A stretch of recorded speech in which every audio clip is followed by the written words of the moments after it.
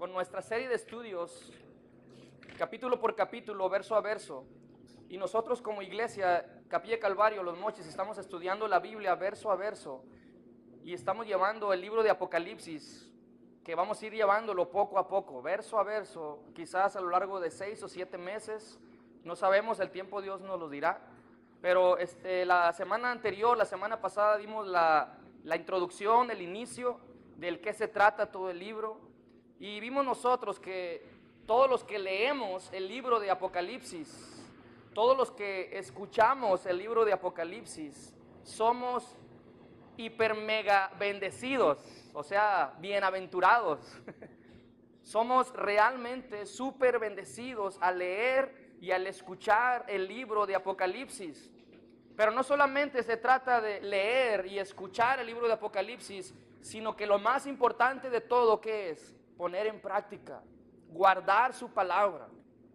Eso lo vimos la semana pasada en el verso 3, ¿recuerdan? Bienaventurados los que oyen, los que leen y los que guardan las palabras de este libro. Así que desde la semana pasada, yo no sé tú, pero para mí ha sido de gran bendición el iniciar el libro de Apocalipsis. No solamente como pastor, sino como un discípulo y un seguidor de Cristo. Es una bendición poder leer y estudiar el libro de Apocalipsis. Y hay muchas personas que le tienen mucho miedo al Apocalipsis, le tienen mucho terror leer el libro de Apocalipsis, pero vemos que es una bienaventuranza, el único libro que nos trae felicidad al leerlo y al escucharlo, porque podemos saber y reconocer que hay una esperanza. Y vimos que la palabra Apocalipsis significa revelación. Y esa palabra revelación, ¿qué significa? ¿Qué dijimos? Significa develar algo, descubrir algo. Y eso es lo que estamos viendo a través del libro de Apocalipsis. Vamos a conocer más a Jesús. Siempre desde el principio de la creación, Dios ha querido manifestarse al hombre a través de su presencia, a través de los profetas. Pero la Biblia dice en Hebreos capítulo 1 que en estos últimos días Dios nos ha hablado, ¿por quién? Por el Hijo, por Jesucristo. Entonces el libro de Apocalipsis no tenemos por qué tener temor o miedo al leerlo o al escucharlo, porque es una gran bendición y nos trae esperanza el saber de que Cristo nos salvó, de que Cristo nos lavó. Y no solo eso también, sino que algún día le veremos cara a cara. Y hoy vamos a continuar a partir del verso 7 en adelante. Así que si tú puedes ir a tu Biblia, el último libro de la Biblia, de los dos libros más fáciles de encontrar, que es Génesis el primero y Apocalipsis es el último.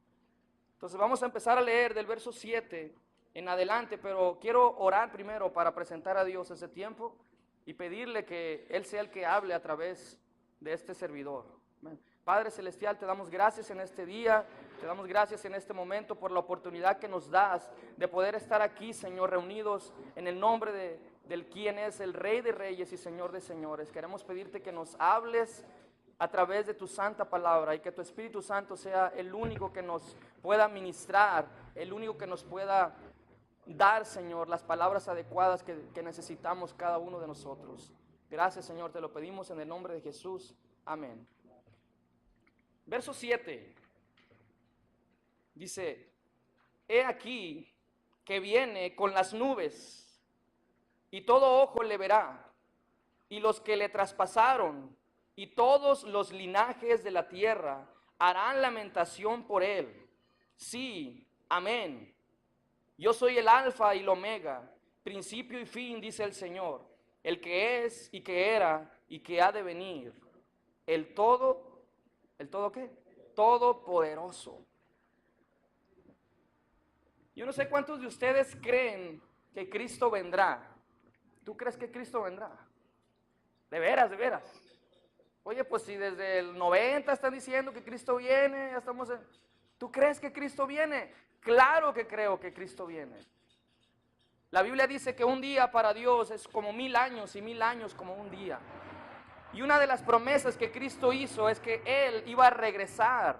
En el Evangelio de Juan, el capítulo 14, Jesucristo dice claramente No se angustien, no se turbe vuestro corazón. En la casa de mi Padre muchas moradas hay. Voy pues a prepararles lugar para que donde yo esté, ustedes también estén conmigo. Y vendré otra vez. Esa es una promesa que Cristo prometió, que iba a regresar pronto.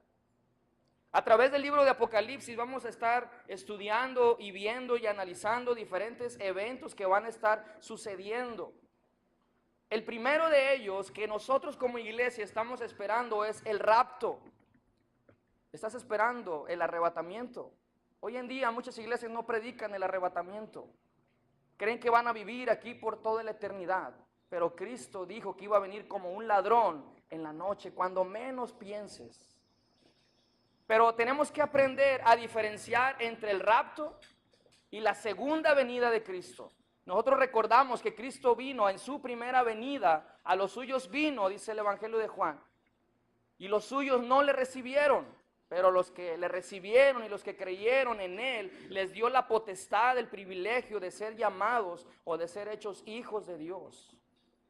Entonces Jesucristo dijo que iba a regresar, pero tú y yo debemos de diferenciar entre el rapto y la segunda venida de Cristo. En el rapto, Cristo no va a aparecer físicamente, solamente los creyentes y los cristianos vamos a desaparecer, aunque se oye medio descabellado eso, pero es la realidad, porque Pablo dijo que tú y yo seremos arrebatados, iremos en las nubes para encontrarnos con Él, pero el mundo no se va a dar cuenta. Y hay muchas canciones que me encantan, que dicen que muchos van a decir que una nave o que unos extraterrestres se los llevaron a estos bola de locos cristianos. Pero así es lo que va a suceder. La palabra de Dios dice que va a suceder el arrebatamiento. Y si la Biblia dice eso, yo lo creo. Pero la segunda venida de Cristo es cuando la iglesia regresa con Cristo para reinar con Él por 1000 años. Eso lo vamos a ver sucesivamente en el capítulo 19, capítulo 20 de Apocalipsis. Pero aquí en el verso 7 se refiere a la segunda venida de Cristo. Porque dice aquí, he aquí que viene con las nubes y todo ojo le verá. Todo ojo le verá. La Biblia dice en Filipenses que toda lengua confesará que Jesucristo es el Señor de señores. Toda rodilla se doblará ante aquel que murió por nosotros. Y esa segunda venida dice que vendrá con las nubes. Ahora, esa palabra nube significa gloria en majestad. Jesucristo vendrá con las nubes en gloria, en majestad. Ahora quizás alguien pueda decir, bueno, ahorita no hay nubes. Bueno, ahorita sí hay nubes, ¿no? Pero hay días donde no ves tú ninguna nube. Y quizá alguien puede decir, no, pues ahora Cristo no va a venir, porque no hay nubes. Pero la realidad es que Cristo forma las nubes. Dice la Biblia en Colosenses también que Él es el creador de todo el universo. Él es la imagen visible de Dios que es invisible, el primogénito de toda creación. Y Él vendrá con las nubes. ¿Te imaginas ese día de la segunda venida de Cristo? ¿Cómo será? ¿Qué va a suceder? ¿Qué va a pasar? Aquí está la respuesta. Dice que todo ojo lo verá y los que le traspasaron. ¿Quiénes fueron los que traspasaron a Jesucristo? ¿Quiénes fueron los que mataron a Jesucristo? ¿Quiénes fueron? ¿Tú sabes quiénes fueron? Toda la humanidad. Los judíos, los israelitas. Bueno, qué malvados los judíos, qué malvados los israelitas. Pero la realidad es que tú y yo fuimos cómplices de haber matado a Jesucristo. Porque Él, siendo rico, se hizo pobre para morir por nosotros. Y tú y yo clavamos sus manos en el madero. Tú y yo atravesamos su costado. Los que le traspasaron a Jesucristo verán. Aquel que viene en las nubes, todo ojo le verá. Los judíos no creyeron en Él. A los suyos vino y no le recibieron. Ellos todavía están esperando a su Mesías. Ellos tienen los ojos cegados.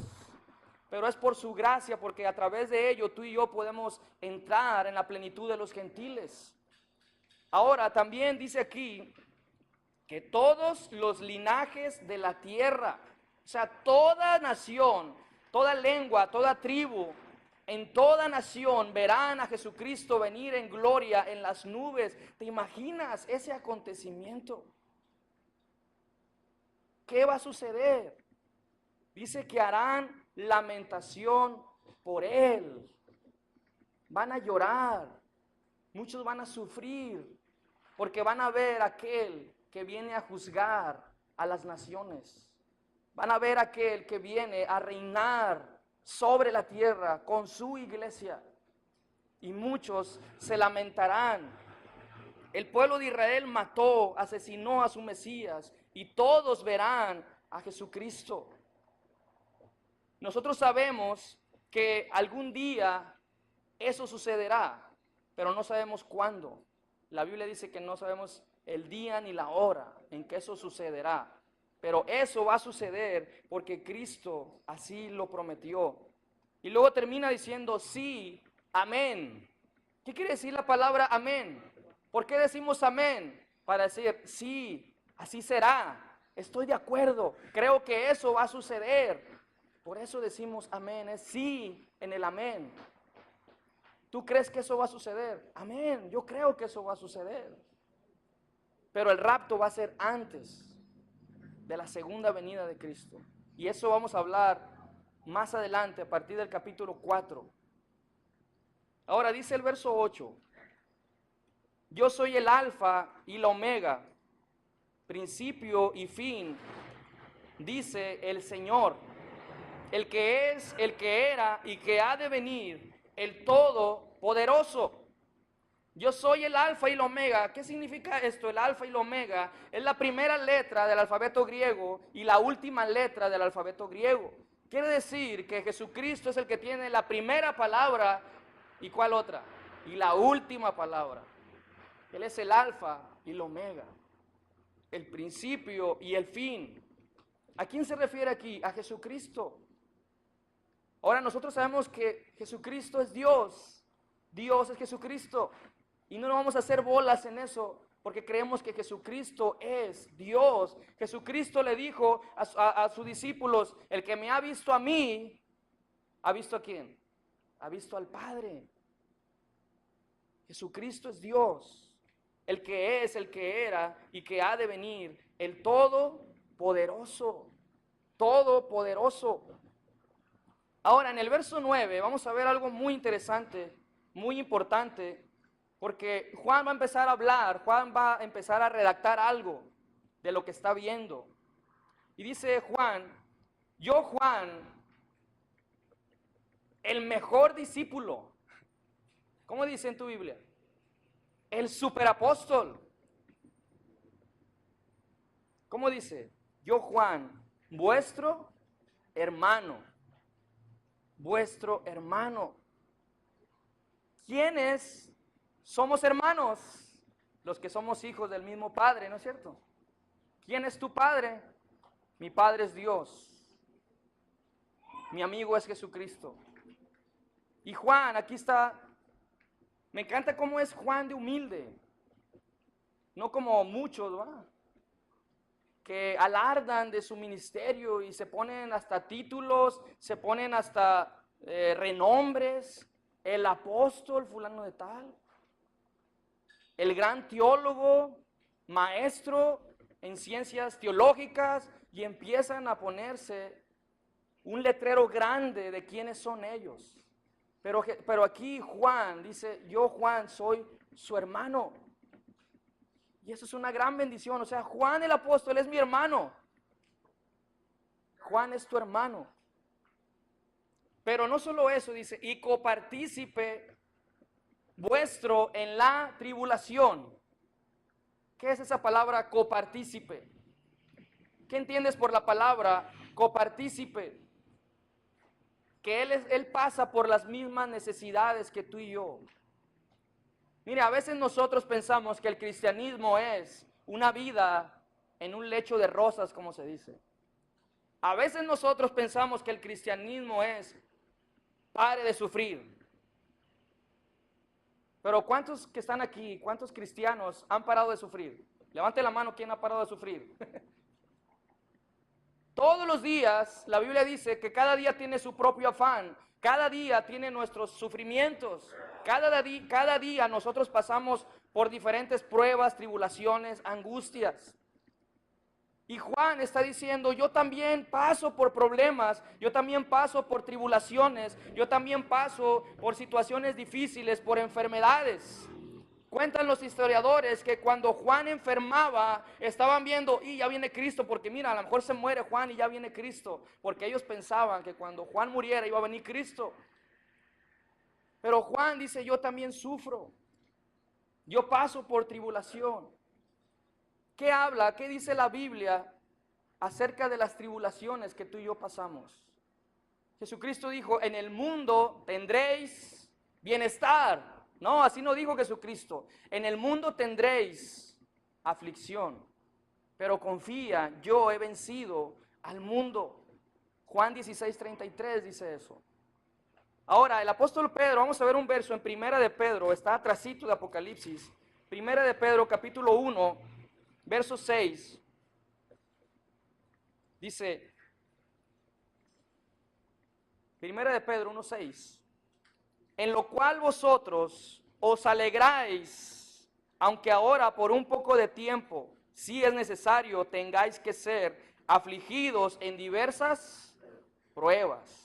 Y para que sometida a prueba vuestra fe, mucho más preciosa que el oro, el cual aunque perecedero se prueba con fuego, sea hallada en alabanza, gloria y honra cuando sea manifestado Jesucristo. La Biblia dice también en el libro de los Hechos de los Apóstoles, es necesario pasar por pruebas para poder entrar al reino de Dios. Ahora Juan dice, yo vuestro hermano y copartícipe vuestro en la tribulación. La palabra tribulación aquí tenemos que aprender a diferenciar entre la tribulación y la gran tribulación y los problemas que pasamos nosotros hoy en día en nuestro diario vivir, las tribulaciones que pasamos, las pruebas que pasamos. Porque nosotros creemos que el cristiano no va a pasar por tribulación y gran tribulación. Eso es lo que creemos nosotros. Mire, vamos a ver un verso en 1 de Tesalonicenses capítulo 5, verso 9.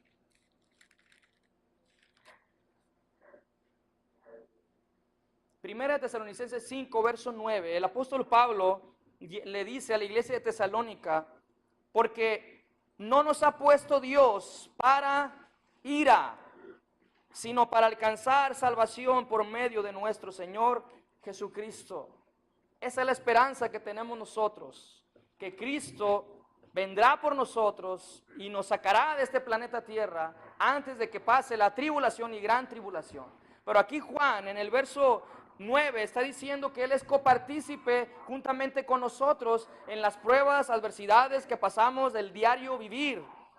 Y dice en el verso 9, continuando, yo Juan, vuestro hermano y copartícipe vuestro en la tribulación, en el reino y en la paciencia de Jesucristo, estaba, ¿en dónde? ¿En dónde estaba Juan? En la isla llamada Patmos, por causa de la palabra de Dios y el testimonio de Jesucristo. Nosotros sabemos que en ese tiempo, alrededor del año 90, 97 aproximadamente, estaba sucediendo una persecución grande en contra de los cristianos. Y en ese entonces había un emperador tremendo, horroroso. No lo conocí en persona, pero por lo que sabemos era horrible lo que él hacía con los creyentes, con los hijos de Dios. Domiciano lo que hacía era martirizar a los cristianos para que ellos negaran la fe de Cristo. Dicen los historiadores, cuentan que este emperador Domiciano se ponía su propio nombre, su propio título, Señor y Dios. Y cuando apresaban a los cristianos, cuando apresaban a los que confesaban a Cristo, los ponían enfrente de Él y ellos tenían que ofrecer incienso y decirle con sus palabras, Domiciano, tú eres mi rey y señor. Y si no lo hacían, automáticamente lo encarcelaban, lo martirizaban y algunos hasta los mataban para que no confesaran a Cristo como su Señor.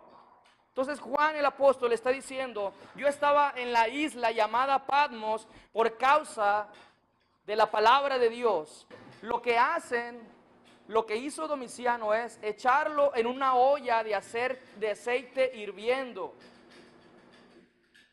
Lo ponen en una olla de aceite hirviendo para torturarlo, para martirizarlo, para hacer de que él reniegue de Jesucristo. Pero lo que pasó y lo que sucedió fue que Juan no le pasó nada. A Juan no le sucedió nada. Dice la Biblia que él salió ileso. Entonces lo que hizo este emperador Domiciano, no sabemos por qué no lo mató después, pero podemos decir que Dios lo protegió. Y después de ahí, este emperador lo mandó desterrado a la isla de Patmos, donde mandaban a todos los prisioneros, todos aquellos que estaban en contra del emperador Domiciano, una especie de Islas Marías, una especie de penal de alta seguridad. Pero aquí vemos que Juan dice, estaba en la isla de Patmos por causa de la palabra de Dios y el testimonio de Jesucristo. Ahora, nosotros a veces pensamos que la vida cristiana va a ser fácil. Pero Jesucristo dijo así, a mí me lo hicieron, a ustedes también se lo van a hacer. Bienaventurados los que son perseguidos por causa de mi nombre, dijo Jesucristo. Felices los que son martirizados por seguir a Cristo. Quizás ninguno de los que estamos aquí hemos sido martirizados por decir que somos cristianos. Pero ¿qué si sucediera un decreto presidencial de que serán cerradas todas las iglesias? ¿Qué si sucediera eso? ¿Qué ibas a hacer tú? ¿Ibas a confesar con tus labios que Jesucristo es tu Señor? ¿O ibas a negarlo? ¿Qué ibas a hacer tú?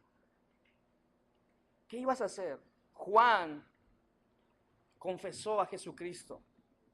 Después de eso, cuando murió el emperador Domiciano, dicen que después cuando llegó otro emperador, Juan lo regresaron a Éfeso y él siguió allí trabajando en la viña del Señor. Y él murió de anciano, de una muerte natural. El único apóstol que murió de muerte natural. De ahí todos los demás apóstoles murieron trágicamente, horriblemente. Unos decapitados, unos crucificados, unos apedreados, pero todos los demás murieron terriblemente por causa de Cristo.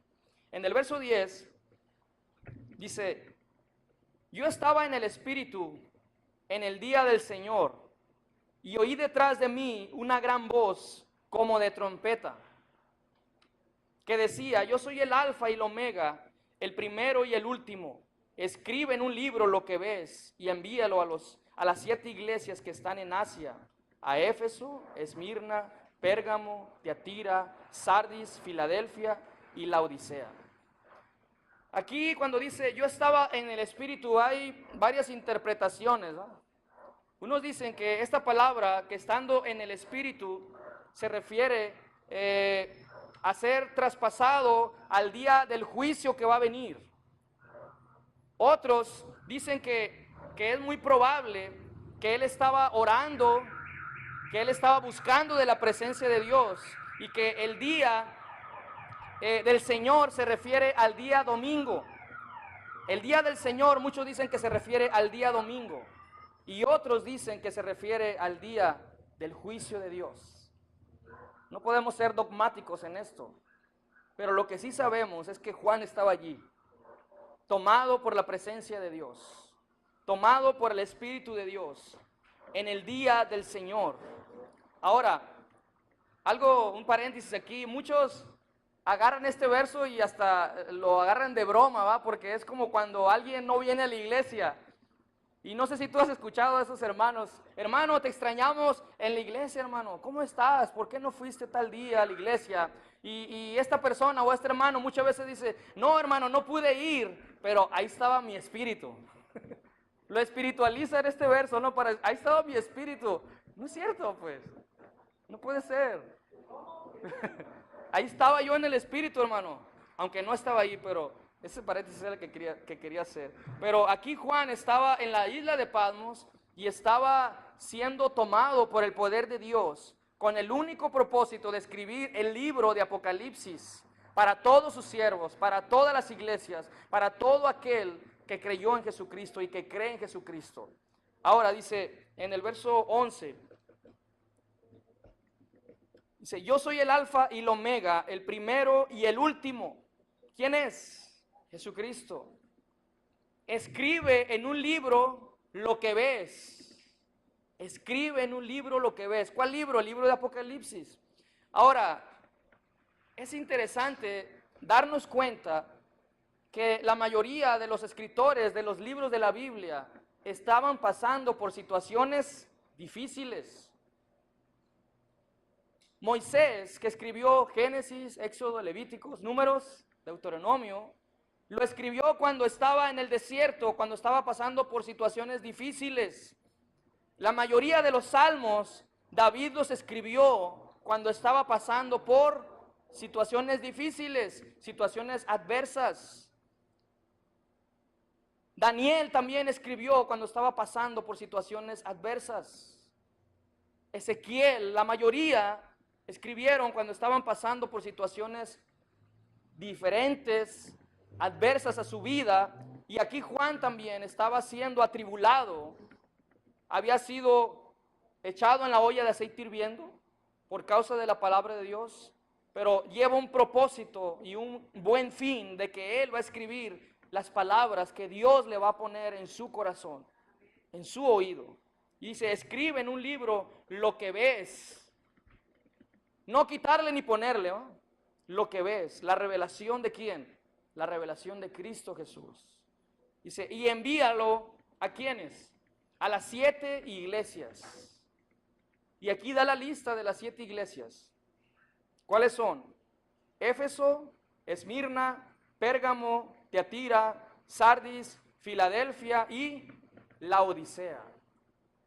A partir del capítulo 2 y el capítulo 3 vamos a estar viendo que el mensaje va directo a las 7 iglesias que estaban en Asia en ese tiempo.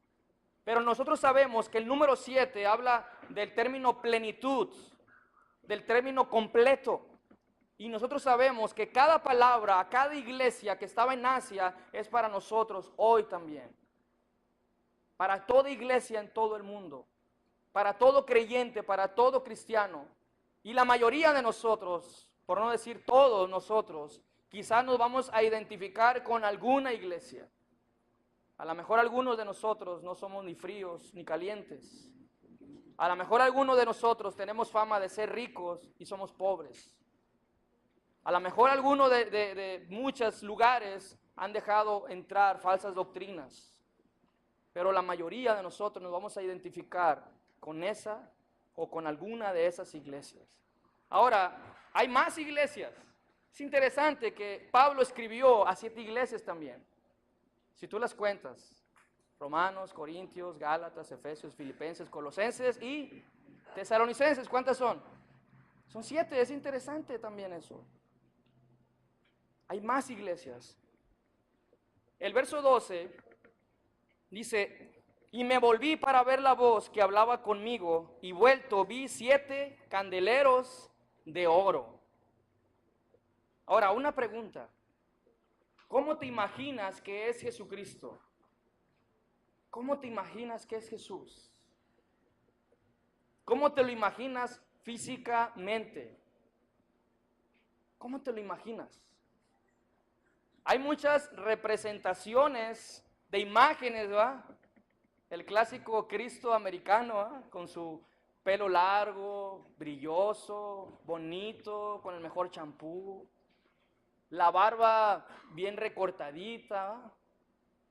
Sus ojos azules, guapo. Pero sabes que la Biblia, la única descripción que habla de Cristo está aquí en Apocalipsis.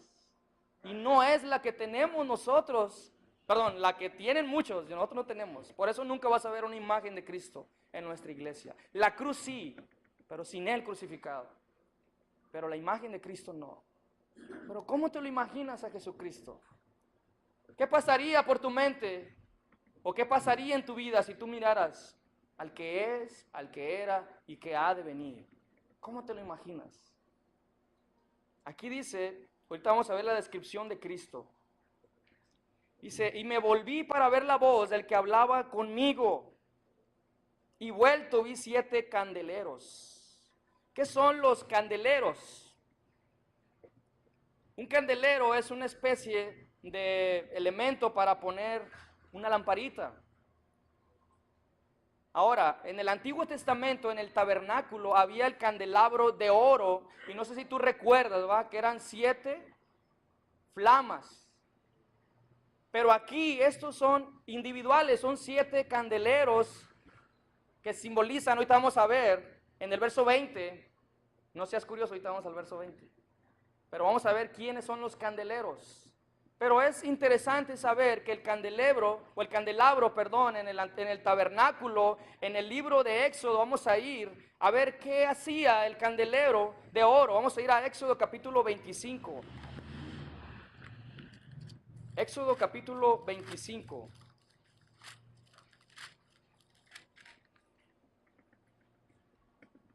Verso 31. Éxodo es el segundo libro de la Biblia. ¿Listos? Dice, harás además un candelero de oro puro, labrado a martillo. Se hará el candelero, su pie, su caña, sus capas, sus manzanas y sus flores serán de lo mismo, y saldrán 6 brazos de sus lados, 3 brazos del candelero a un lado y 3 brazos al otro lado, 3 copas en forma de flor de almendro con un brazo, una manzana y una flor, y 3 copas en forma de flor de almendro en otro brazo, una manzana y una flor, así en los 6 brazos que salen del candelero. Y en la caña central del candelero 4 copas en forma de flor de almendro, sus manzanas y sus flores. Habrá una manzana debajo de 2 brazos del mismo, otra manzana debajo de otros 2 brazos del mismo, y otra manzana debajo de los otros 2 brazos del mismo, así para los 6 brazos que salen del candelero. Sus manzanas y sus brazos serán de una pieza, todo ello una pieza labrada a martillo de oro puro. Y le hará 7 lamparillas, ¿se fijan? 7 lamparillas, las cuales encenderás para que alumbren, ¿hacia dónde? Hacia adelante. También sus despabiladeras y sus platillos de oro puro, de un talento de oro fino lo harás con todos estos utensilios. Mira y hazlos conforme al modelo que te ha sido mostrado en el monte.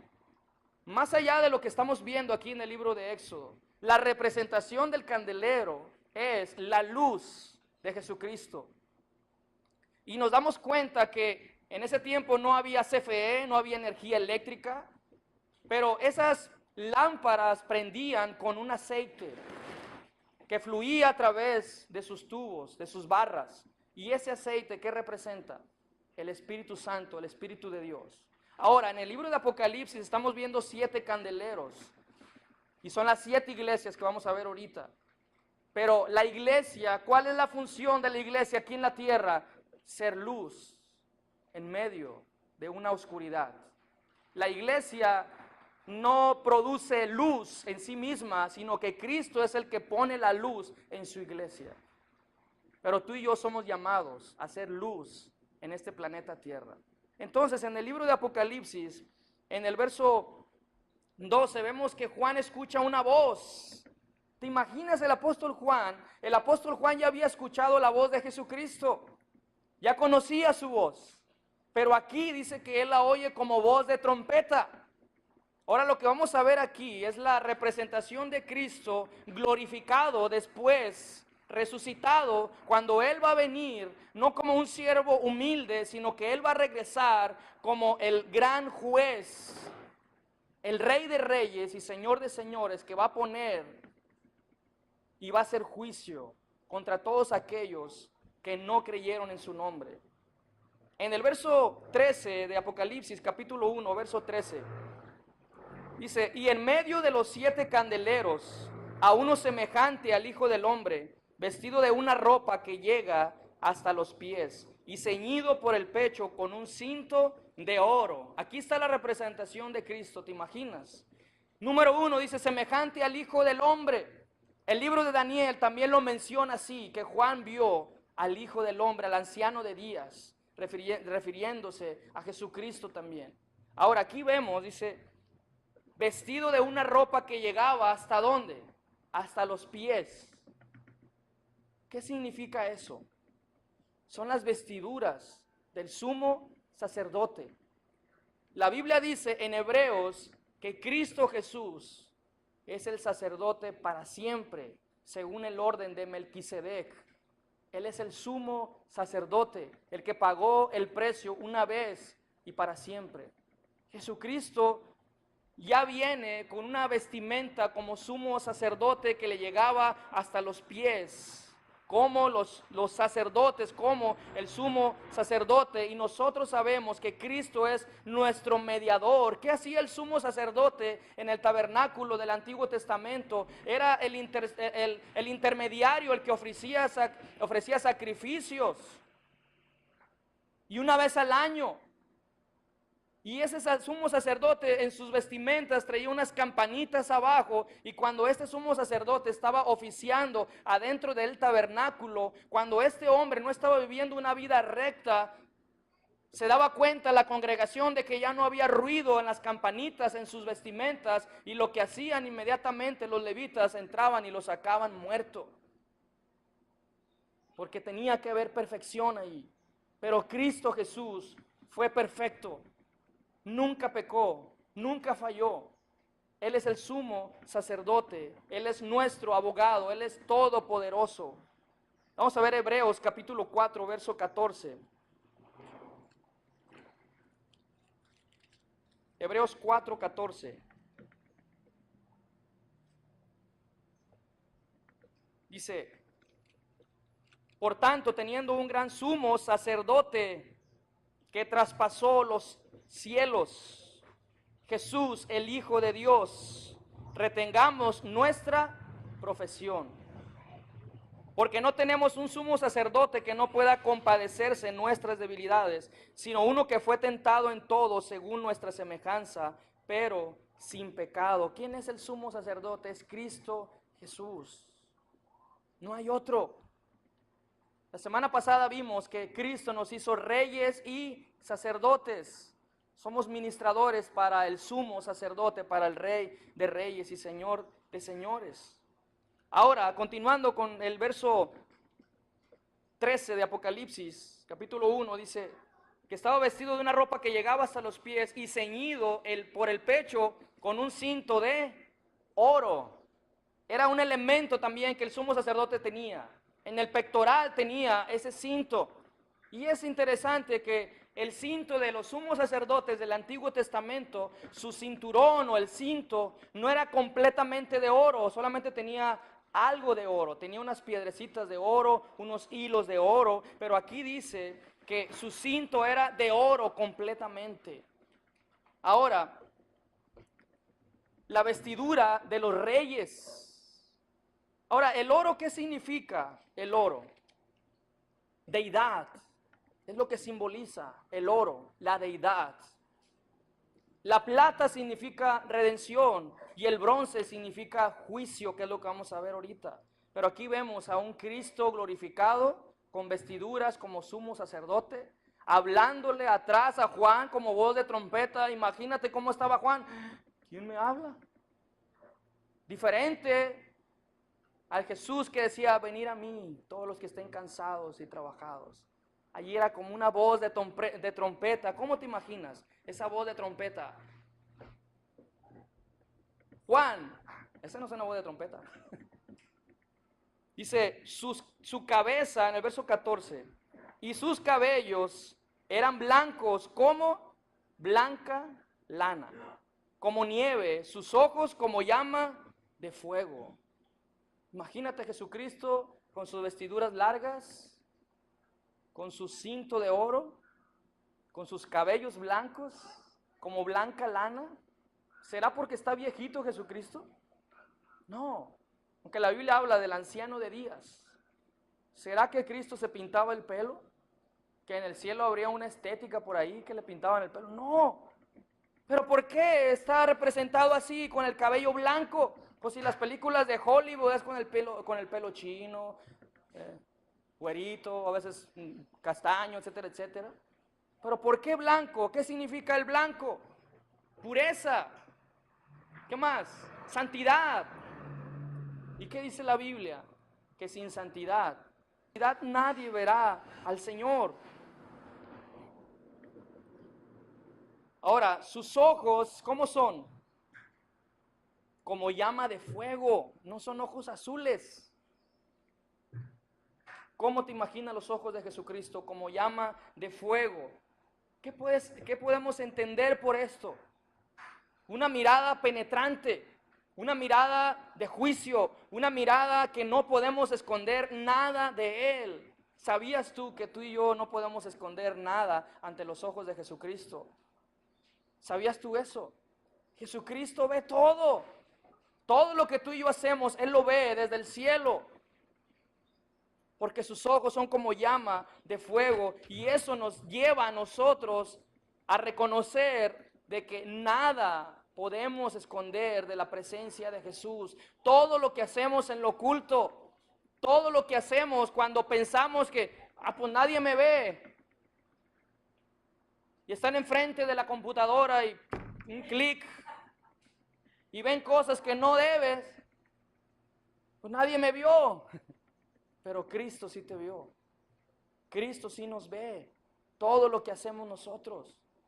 Sus ojos ven todo, no podemos esconder. Sus ojos revelan todo lo que somos nosotros. Imagínate tú y yo enfrente de Jesucristo, enfrente de su mirada, mirarlo frente a frente con los ojos.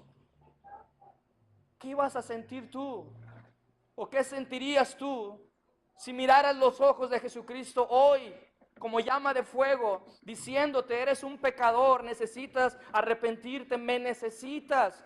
Jesucristo es lo que está haciendo en nosotros. Él nos está viendo hasta cuándo tú y yo vamos a entregarle nuestras vidas, hasta cuándo tú y yo vamos a seguir viviendo vidas lejos de Dios. La mirada de Jesús nos muestra todo lo que somos. ¿Cómo estamos viviendo nosotros? No solo eso, dice, que sus pies, ahora sus pies, ¿qué harías tú con los pies de Jesús? ¿Te acuerdas de aquella mujer que derramó ese perfume de nardo puro, carísimo, con un valor de casi un año de trabajo? Derramarlo a los pies de Jesús, enjugarlo con sus cabellos. ¿Qué harías tú con los pies de Jesús? ¿Cómo son los pies de Jesús? Pero aquí vemos los pies de Jesús semejantes a ¿qué? Al bronce bruñido, refulgente, brilloso, como en un horno, como cuando ponen el bronce en el horno, en el fuego. ¿Cómo lo ves? En las metalurgias, así se dice, metalúrgicas. ¿Cómo se ve cuando están fundiendo el bronce, cuando están fundiendo el acero? Brilloso, refulgente. ¿Qué significa el bronce? Dijimos, juicio. Él viene con sus pies para traer juicio a la humanidad en su segunda venida. Ahora, en el verso 16, fíjate bien cómo estamos viendo las características de Jesucristo. Ahora en el verso 16... dice, tenía en su diestra 7 estrellas. En su diestra, ¿cuál es la diestra? La mano derecha. 7 estrellas en su mano derecha. Y en su boca, y de su boca salía una espada aguda de 2 filos. ¿Qué es esto? ¿Qué es una especie de ninja americano o qué? ¿Qué es esto? Que en su mano derecha tenía 7 estrellas. ¿Qué son las estrellas? Ahorita vamos a ver. Porque el Apocalipsis no nos va a dejar así, nos va a dar la respuesta. Pero de su boca salía una espada aguda, una espada penetrante, una espada de 2 filos. No quiere decir que Jesucristo va a venir y va a traer una espada aquí en la boca, con los ojos así, todo. No. ¿Qué es la espada para ti? ¿Qué es la espada para nosotros los creyentes? La palabra de Dios. Es la palabra de Dios. Y cuando Él habla, cuando algo sale de sus labios, es una palabra que viene del mismo Dios verdadero. Cristo es la imagen visible de Dios que es invisible, dice Colosenses. Cristo vino a revelar quién es el Padre, y cada palabra que salió del Hijo de Dios vino para traer vida y una vida en abundancia en todo aquel que crea en su palabra. Pero aquí va a venir una palabra de juicio. Jesús regresará como juez en su segunda venida para dar a cada uno su recompensa. Pero ¿qué es la espada esa? Vamos a ir al libro de Hebreos capítulo 4. Estamos viendo mucho de Hebreos, vamos a ver mucho del libro de Daniel. Pero Hebreos 4:12, ¿te lo sabes? Hebreos 4:12 dice, porque la palabra de Dios es viva y eficaz, y más cortante que toda ¿qué? Que toda espada de dos filos, y penetra hasta partir el alma y el espíritu, las coyunturas y los tuétanos, y discierne los pensamientos y las intenciones del corazón. La palabra de Dios es como una espada. Mira, ¿a cuántos de nosotros nos gusta que nos digan la verdad? A veces, ¿verdad? Como dice el dicho, la verdad no peca, pero incomoda. Pero ¿a cuántos de nosotros nos gusta que nos digan la verdad? ¿Te gusta que te digan la verdad? Nosotros sabemos que Cristo Jesús dijo, yo soy el camino, la verdad y la vida. Y nadie viene al Padre si no es por mí. Cristo Jesús vendrá como ladrón en la noche. Cristo Jesús vendrá y regresará en un abrir y cerrar de ojos. Pero cuando sus palabras salen de sus labios, cuando las palabras de Dios salen de sus labios, es para que tú y yo podamos reconocer que sus palabras son verdad y son vida. Y aunque Él nos diga que somos pecadores y nos duela, es la verdad. Los sanos, dijo Jesucristo, no tienen necesidad de médicos. Pero cuando tú escuchas la palabra de Dios, cuando tú estás escuchando la palabra de Dios, ¿qué sientes en tu vida? ¿Qué sientes en tu corazón? La palabra de Dios dice que nunca volverá vacía, pero dice que es una espada y discierne nuestros pensamientos, discierne las intenciones del corazón. ¿Qué hay en tu vida? ¿Qué hay en tu mente? ¿Qué hay en tu corazón hoy? La palabra de Dios nos refleja todo lo que somos. La palabra de Dios nos dice lo que tú y yo necesitamos. A lo mejor en tu corazón hay amargura, a lo mejor en tu corazón hay algún resentimiento en contra de alguien. Y la palabra de Dios dice que no podemos decir que amamos a Dios y aborrecemos a nuestro hermano. Esa es la palabra de Dios. La palabra de Dios dice que busquemos a Jehová en todo tiempo. Cuando tú escuchas la palabra de Dios, ¿qué debemos de hacer nosotros? Atender al llamado, obedecer a Dios, obedecer su palabra. Y Jesucristo viene como un sumo sacerdote, vestido con vestiduras largas, con su cinto de oro, con sus pies como bronce, pero con su boca sale una espada aguda de dos filos. Y luego dice, y su rostro era como el sol cuando resplandece en su fuerza. Cuando el sol está en, ¿qué te gusta? Julio, agosto, aquí en la ciudad de Los Mochis, que está todo lo que da, tú te animas a ver el sol o más cuando estás en un techo con casetón que le llamamos, o arriba de una lámina galvanizada, te animas a ver el sol. No podemos. Su rostro era como el sol cuando resplandece en su fuerza. Entonces aquí, hermanos, estamos viendo las características de Jesucristo glorificado. Yo preguntaba ahorita anteriormente, ¿qué harías si tuvieras a Jesucristo así como Él es? ¿Qué harías? ¿Qué pasaría en tu vida? ¿Qué pasaría en tu corazón? ¿Qué sucedió en Juan? No soportó eso. Dice, cuando le vi, caí como muerto a sus pies. Reconociendo Juan que él no es nada delante de un Dios vivo, de un Dios glorificado. Caí como muerto. En la Biblia vemos a los hombres de Dios, a Isaías dice, yo soy hombre muerto porque he visto a Dios. Daniel, cuando Dios le hablaba, él dice, pues no podía ni comer, ni se me fue el sueño, se me espantaba. Entonces yo no entiendo a aquellos que se les aparece supuestamente Jesús, que se les aparece algo sobrenatural, o sea, y lo cuentan como si nada. No puedes. No podemos hacer eso. Pero ¿qué haríamos nosotros enfrente de Jesucristo? Si Juan, que estuvo por 3 años en el ministerio con Jesús, que él se recostaba en su pecho, que él comía con él, que él convivía con él, no soportó el verlo glorificado, ¿cómo seríamos nosotros? Somos imperfectos. Esto nos demuestra, hermanos, que Jesucristo es santo, santo, santo, y que nadie puede estar enfrente de Él sin que nada suceda. Tú no puedes estar enfrente de Jesucristo sin que nada suceda en tu vida, en tu corazón. La pregunta es, ¿tú tienes a Cristo en tu corazón? Hay una diferencia en tu vida. Hay una diferencia en tu manera de vivir, en tu manera de hablar, en tu manera de actuar, en tu manera de trabajar. Hay una diferencia. El cristiano debe ser diferente en este planeta. Es una especie de extraterrestre. Somos diferentes. Pero nosotros vemos aquí que Juan dice, cuando le vi caí como muerto a sus pies. Pero ¿qué hizo Jesucristo? Me encanta esto que hace Jesús. ¿Qué hizo Jesucristo? Puso su diestra sobre mí. Puso su diestra sobre mí. Cuando tú te sientes triste, cuando tú te sientes afligido y estás pasando por una situación difícil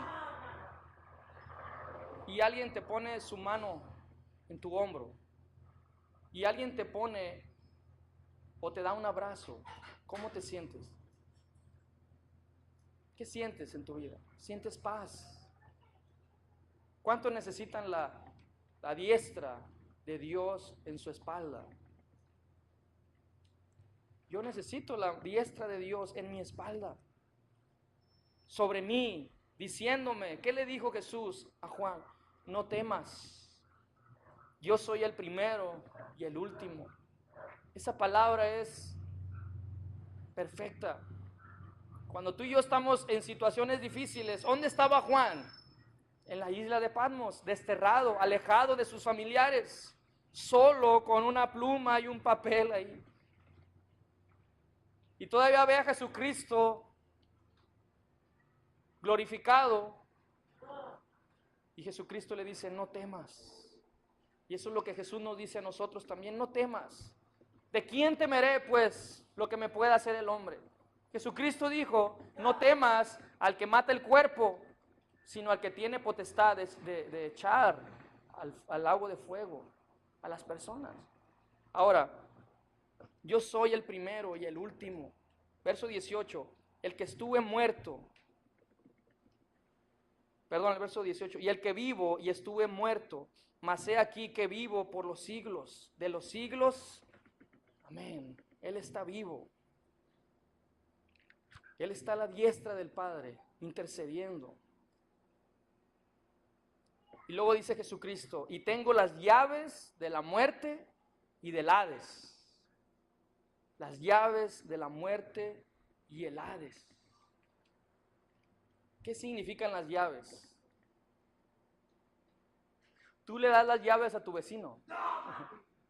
Tu vecino trae tus llaves. Las llaves significan autoridad. Autoridad significa. Ahora, nosotros sabemos que Cristo murió y derrotó a la muerte. La Biblia dice, Pablo dijo, ¿dónde está, oh muerte, tu aguijón? ¿Dónde está, oh sepulcro, tu victoria?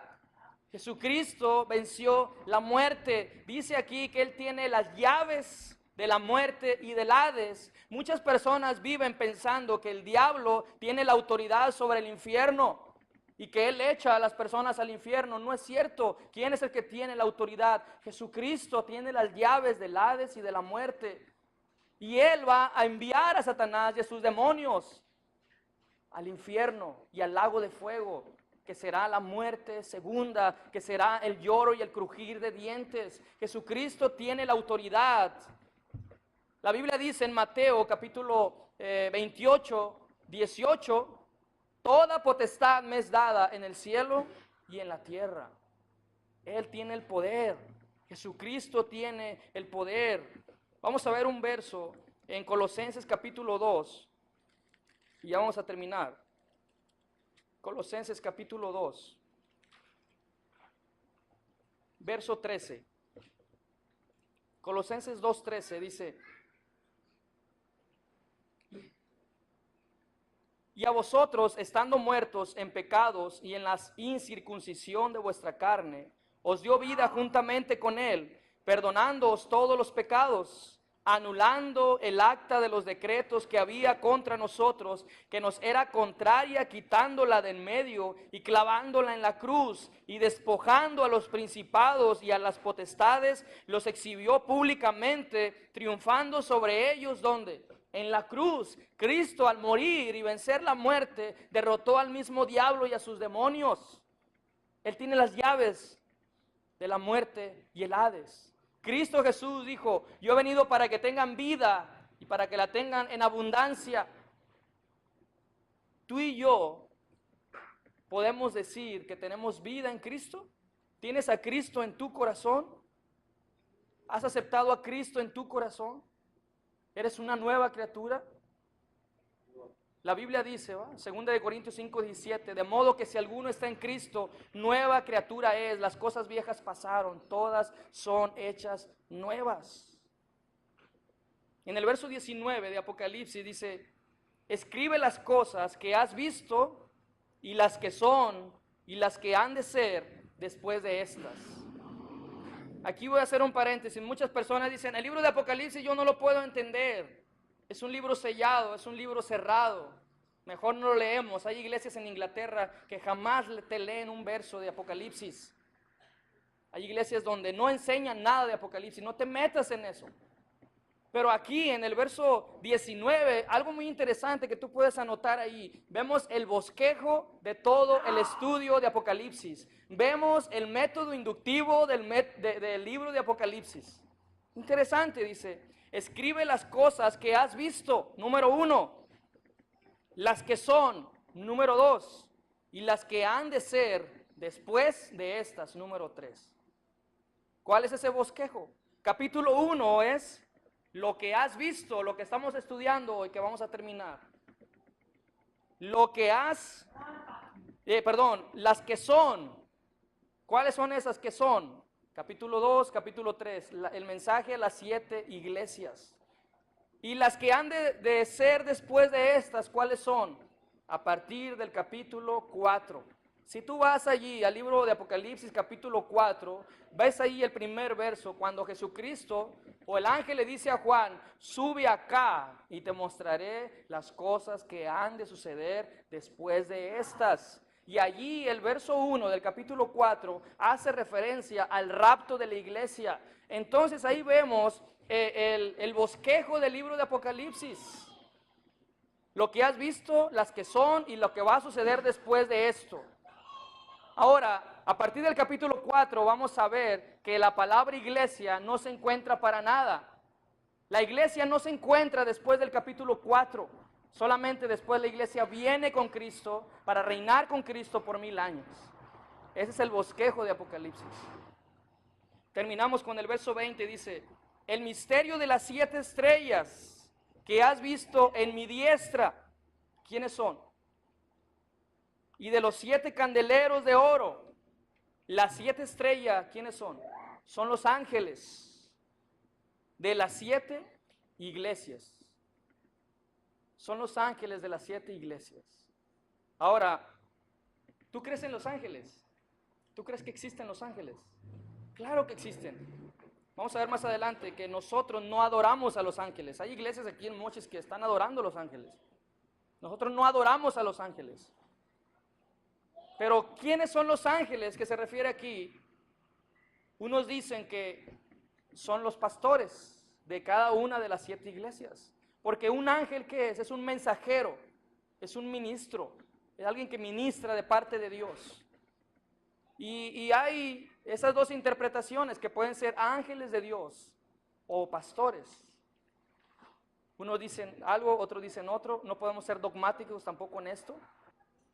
Pero lo interesante está en el verso 13. Dice, en medio de los 7 candeleros, ¿quién está? Jesucristo. Los 7 candeleros son las 7 iglesias. Pero Cristo está en medio de su iglesia. Jesucristo dijo, sobre esta roca edificaré mi iglesia, y las puertas del infierno no prevalecerán contra ella. Jesucristo murió por su iglesia. Jesucristo murió por ti. Jesucristo murió por cada uno de los que estamos aquí. Porque Él amó a su iglesia hasta el final y la sigue amando. Y Él quiere prepararla porque va a haber una boda. Yo me voy a casar otra vez. ¿Con quién? Yo me voy a casar con Cristo. Tú y yo nos vamos a casar con Cristo en las bodas del Cordero que está aquí escrito en el libro de Apocalipsis. Cristo está en medio de la iglesia. Cristo está en medio de tu vida. Cristo está en medio de tu corazón. Si tú le has aceptado. ¿Crees en Jesucristo? ¿Tienes a Cristo en tu corazón? Algún día todo ojo le verá. Pero es mejor creer hoy e irnos con Él en el rapto y ser arrebatados y no esperar el juicio de Dios. Y ese es el llamado de todo el libro de Apocalipsis, que tú y yo conozcamos más y más a Jesucristo, aquel que está en medio de su iglesia y que defiende con su espada a su iglesia. Y aunque vengan demonios, aunque vengan tempestades y adversidades, Cristo defenderá a su iglesia porque Él tiene rodeada a su iglesia con ángeles. ¿Te acuerdas de la historia de Eliseo? Cuando venían a atacarlo a él. Y su ayudante, su siervo, Señor, mira, viene un ejército en contra de nosotros. Y Eliseo dice, Señor, abre los ojos, abre sus ojos para que vea. Y los ojos del siervo de Eliseo fueron abiertos y él pudo ver multitudes de ángeles que estaban protegiéndolos. Y así estamos nosotros, hermano. Esta iglesia es de Cristo. Esta iglesia ha sido comprada por la sangre de Cristo. Y aunque el diablo quiera que muchos pastores tiren la toalla, aunque el diablo quiera que muchas iglesias cierren sus puertas, Cristo sigue avanzando para que tú y yo podamos seguir adelante reconociendo que una iglesia sin Cristo no es nada. Necesitamos a Cristo Jesús. ¿Tienes a Cristo en tu corazón? Esa es la invitación en este día. Acércate a Cristo para que puedas verlo en su gloria y en su majestad. Amén. Vamos a orar. Padre Celestial, te damos gracias, Señor, en este día por tu palabra. Te damos gracias, Señor, por la gran bendición de escuchar, Padre. Por la gran bendición de leer este libro de Apocalipsis que trae bienaventuranzas a nuestras vidas. Yo te pido, Señor, si hay alguien aquí que no te conoce, yo te pido que tú hagas la obra perfecta y que tu Espíritu Santo pueda fluir en su vida, en su corazón, como ese aceite fresco, para que pueda encender su corazón y que pueda reflejar en su rostro, en su cara, que tú vives en él, Señor. Bendice a tu iglesia, Señor. Bendice a cada iglesia en todo el mundo. Bendice a todos aquellos que nos escuchan, Señor, para que sigan adelante, creciendo en la iglesia que tú compraste a precio de sangre. Y gracias te damos, Señor, en el nombre de Cristo Jesús. Amén.